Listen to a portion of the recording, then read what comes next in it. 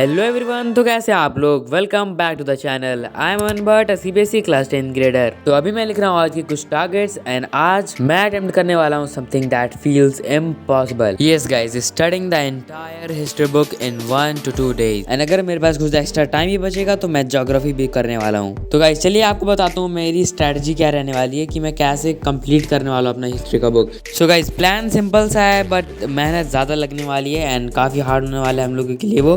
तो guys method क्या रहेगा, मेरे पास है एनसीईआरटी की बुक एंड मैं लूँगा एक क्वेश्चन बैंक। तो गाइज सबसे पहले मैं एनसीईआरटी रीडिंग करूँगा, पर्टिकुलर चैप्टर लूँगा एंड पूरे चैप्टर का line by line NCERT reading करूँगा एंड देन कॉन्सेप्ट्स को अंडरस्टैंड करने के बाद मैं उठाऊँगा question bank. And question bank आप लोगों को पता ही है, बहुत सारे क्वेश्चन रहते हैं एंड उसमें पीवाईक्यूज भी रहते हैं बहुत सारे, तो वो मैं उठाऊँगा एंड प्रैक्टिस करना शुरू करूँगा line by line particular chapter को लेकर के। तो ऐसे मैं कंप्लीट करने वाला हूँ पूरा हिस्ट्री का सिलेबस एंड देन मैं ज्योग्राफी भी करने वाला हूँ एट द लास्ट। तो इस वीडियो में बने रहिएगा बिना स्किप किए।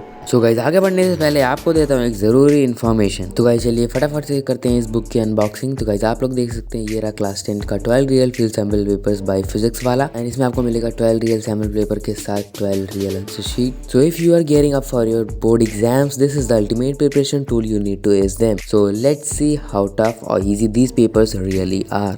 ऑलराइट, आप लोग देख सकते हैं अभी मैं सॉल्व कर रहा हूँ मैथ के sample paper and answer sheet पे नहीं कर रहा हूँ because I have to just analyse myself. मैंने ऑर्डर किया अमेजोन से जिसका लिंक डिस्क्रिप्शन बॉक्स में है। And what I love about Physics Wallah's real field sample papers is that they are designed to match the actual difficulty level of the board exam. These papers are so well structured, the questions range from easy to tricky, which is perfect for building your confidence and understanding your weak areas. PW really nailed the balance between theory and application based questions. One of the best features of these sample papers is the detailed answer key. It doesn't just give you the correct answer, it also explains the reasoning behind them. This is perfect for understanding where I went wrong and how to improve. So far, I'm loving how realistic these sample papers feel. They are based on the latest CBSE pattern and include all the important concepts we need to know. Plus, the mix of MCQs, competency-based questions, and long answers really prepares you for anything the board exam throws at you. And the most important part, if you are someone who gets nervous about the board exam, this is the best way to practice. It's like sitting for a mock exam at home.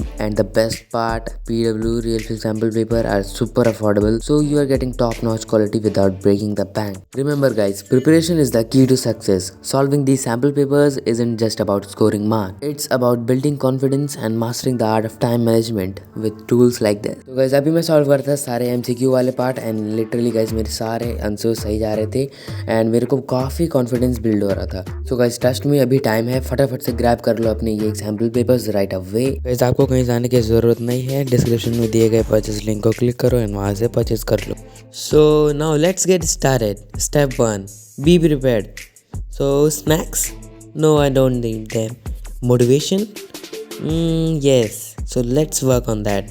Let's start with chapter 2, nationalism in India, because chapter 1 मैंने बहुत बार पढ़ रखा है and chapter 2 मैंने बहुत कम बार पढ़ रखा है, तो इसीलिए मैं chapter 2 से शुरू कर रहा हूँ। Why does everyone in history have such complicated names like Giuseppe Garibaldi, Metternich and Victor Emmanuel II? I'll be happy if I can pronounce half of these names correctly during exams. Why are there so many dates? And why does every revolution look the same? तो चलिए guys आज मैं आप लोगों को बताने वाला हूँ how to read NCERT textbooks effectively as they form the foundation for both board exams and competitive exams. So the first point is to read and understand the basics, and now it contains further 2 subtopics. So the first one is read slowly. Start with one chapter and read it like a story and focus on understanding the concepts rather than memorizing it. So guys रटना बिल्कुल नहीं है, पहले आपको read करना है बढ़िया से कॉन्सेप्ट को समझना है एंड देन हाईलाइट की points as you read, underline और highlight important terms, dates, events and definitions. तो इतना करने के बाद नेक्स्ट पॉइंट पे आते हैं हम लोग, break it into sections. So the first sub point is read in parts, divide the chapter into smaller sections and tackle one section at a time and then use the heading and subheadings. NCERT books are well organized. Use heading to understand the flow of the chapter. Now सिर्फ read करने से काम नहीं चलने वाला, तो आपको notes भी बनाने हैं। तो summarize in your own words. आपको जैसे कि बताया एकदम ऑर्गेनाइज वे में होता है NCERT, तो आपको एक पैराग्राफ उठाना है एंड उसके रीड करने के बाद जो भी आपके दिमाग में आता है उसको पॉइंट्स में लिख लेना है, या फ्लो चार्ट टाइप का बनाना है, या डायग्राम भी आप बना सकते हो अपने अंडरस्टैंडिंग के लिए। तो जैसे आपको अच्छा लगे एक पैराग्राफ पढ़ना है एंड देन आपको जो भी समझ में आए वो सब आप लिख दो साइड में बुक में। एंड आपको पता है कि कितने प्रॉपर स्पेसिंग भी रहता है बुक के साइड में, तो ऐसे आप कर सकते हो। So it is like write short notes for each paragraph or sections, use bullets, flowcharts or diagrams. Now focus on keywords. So guys, it's the most important thing to pay attention.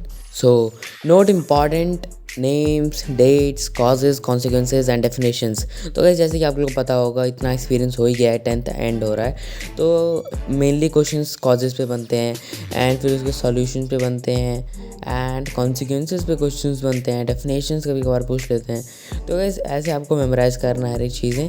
Guys आगे बढ़ने से पहले make sure to subscribe our channel, because इतने अच्छे tips and tricks and strategies के लिए एक subscribe करना तो बनता है। तो गाइस हम लोग बात कर रहे थे how to effectively read NCERT book, तो चलिए कंटिन्यू करते हैं। तो गाइस जैसे कि आप लोगों को पता है विजुअलाइज करने से मैक्सिमम चीज़ें मेमोराइज हो जाती हैं। तो आपको क्या करना है, आपको मैप्स देखना है, डायग्राम्स देखने हैं एंड टाइमलाइंस के थ्रू चलना है। एंड बुक्स में मेनली डायग्राम्स नहीं दिए होते हैं, तो आप लोग को खुद के अपने डायग्राम्स या flow charts, guys flow charts बहुत ज़्यादा इंपॉर्टेंट होते हैं। आप लोग पैराग्राफ रीड करो, समझो एंड देन उसी के फ्लो चार्ट बना लो साइड में, ताकि आप लोग फ्यूचर में कभी भी रिवाइज कर सको।